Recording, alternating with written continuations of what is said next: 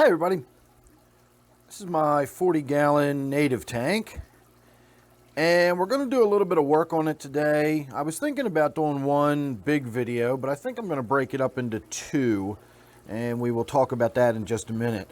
So what we're going to do first in the first video is just a simple before and after water change. I want to get in there and just get some of the tannin stained water out. It's getting really tea stained. When I come over to the tank and I look in it from the top and try to look down into it,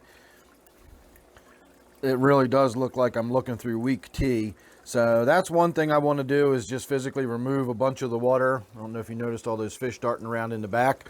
A lot of people say that it looks like most of the crayfish, or the crayfish have gotten most of the fish. That's not the case at all. When I walk in here, the fish scatter like roaches. They're everywhere. There's still a bunch of fish left in this tank. As you can see during feeding time, they come out of the woodwork, literally. So a lot of fish left in the tank. But that's actually going to be the other part of the video. For the last 3 days, I was not able to find my little darter that's in there. And I did find it last night, so it is still in there. It did come out and finally ate.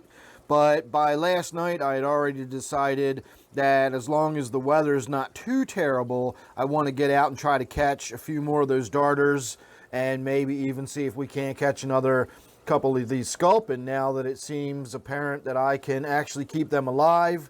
And I've read enough about them that they are not gregarious necessarily. They don't necessarily want to be in groups, but they're not aggressive and territorial either. They will kind of clump together if you put several of them in the tank, and that goes for the darters as well. So we're going to go down to the stream today, I hope, and catch a few more fish to put in here.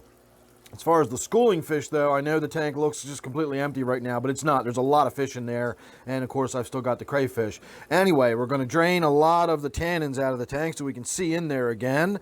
We are going to skim a bunch of duckweed off the top, get rid of that, and I'm also going to get in there and clean out the filter. That is not the filter pad that's making it run so slowly like that. That is the inside of the filter itself. I pulled the pad out yesterday and the flow did not increase at all. And then what I wound up doing was taking the turkey baster that I used to feed the tank, and with the filter pad not in it, I squirt water vigorously right inside the intake to the pump. And when I did that, I actually more or less tripled the water flow and brought it all the way up to that.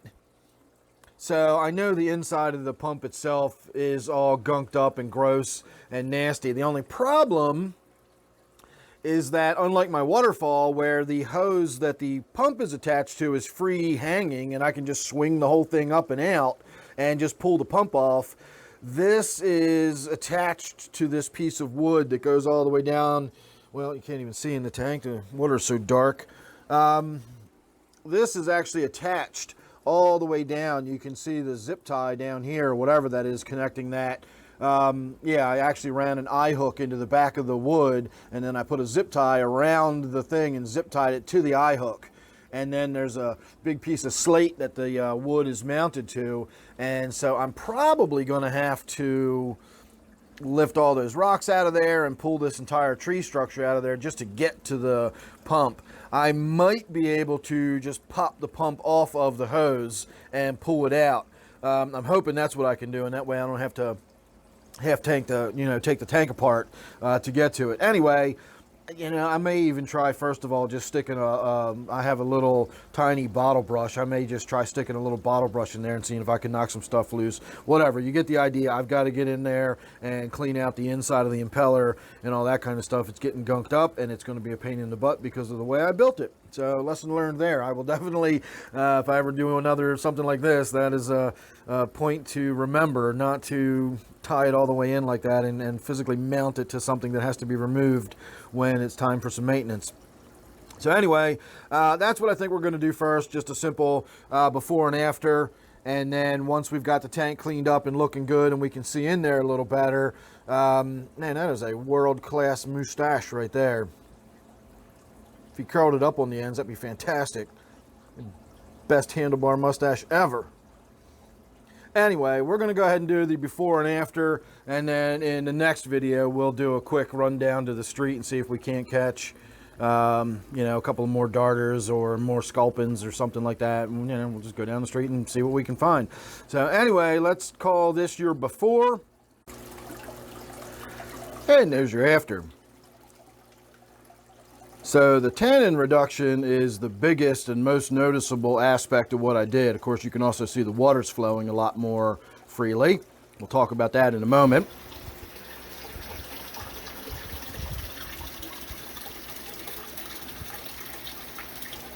I wish I had actually shot some video of me getting in there and doing some cleaning, because today I got in there and gravel vacked a little bit. I lifted up some rocks and got some mulm and some crud and everything out of there.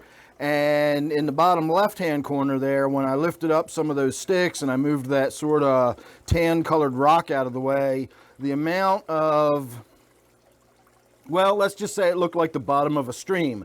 It was decaying leaves and bits of twig and mulm, and it looked like the muck that you stir up at the bottom of a stream when you find a little pool where the water's not flowing vigorously, and you lift up a couple of rocks or whatever, all that scum and silt and everything. That's exactly what stirred up.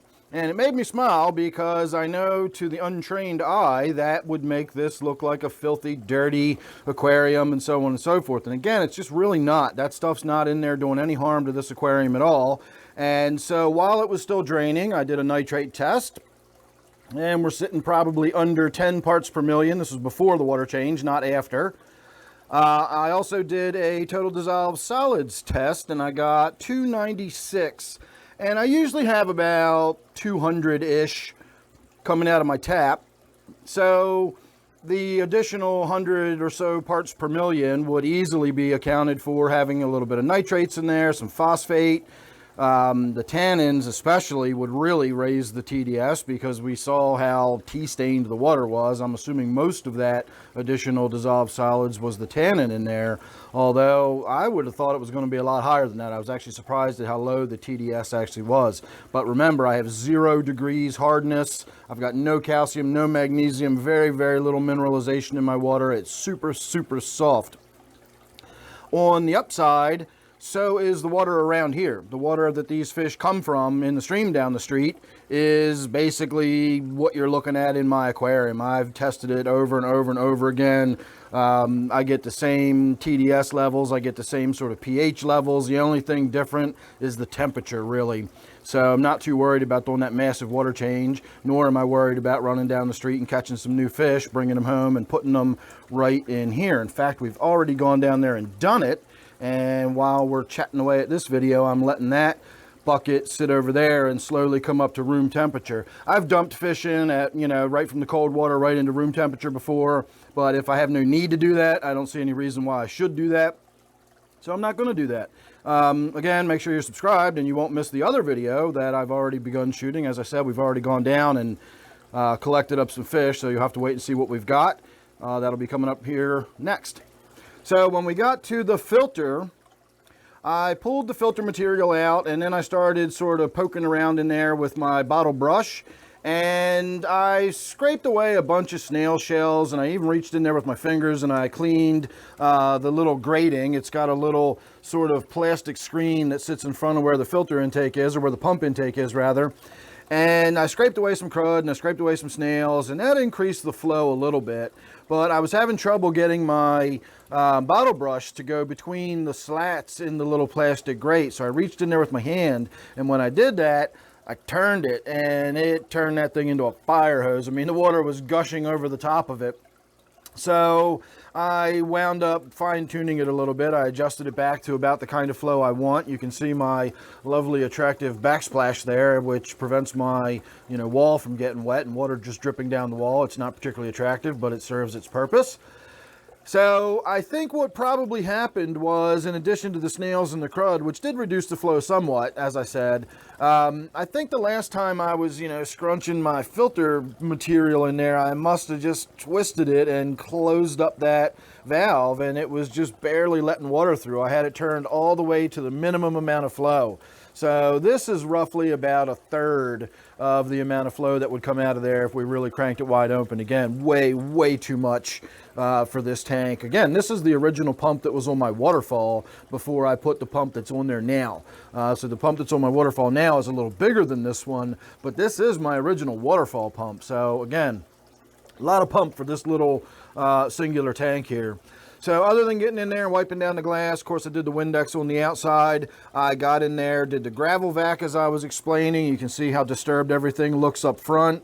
I was actually trying to stir things up a little bit because the crayfish have gotten in there and dug around and rooted around so much that a lot of the little nooks and crannies and caves, even just simple stuff like this, like where you can see a little bit of an edge under there, all of that kind of stuff was just gone. The rocks were almost just completely homogeneously smooth across the surface.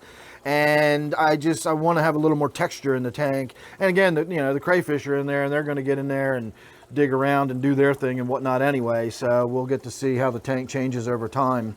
So there you go.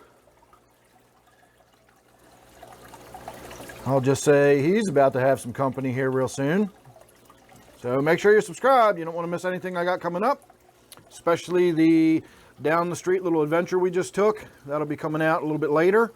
If you're subscribed, you won't miss that or anything else I've got coming up. So thanks again for watching. Don't forget, this is my 40-gallon native tank. I'll see you real soon in the next one.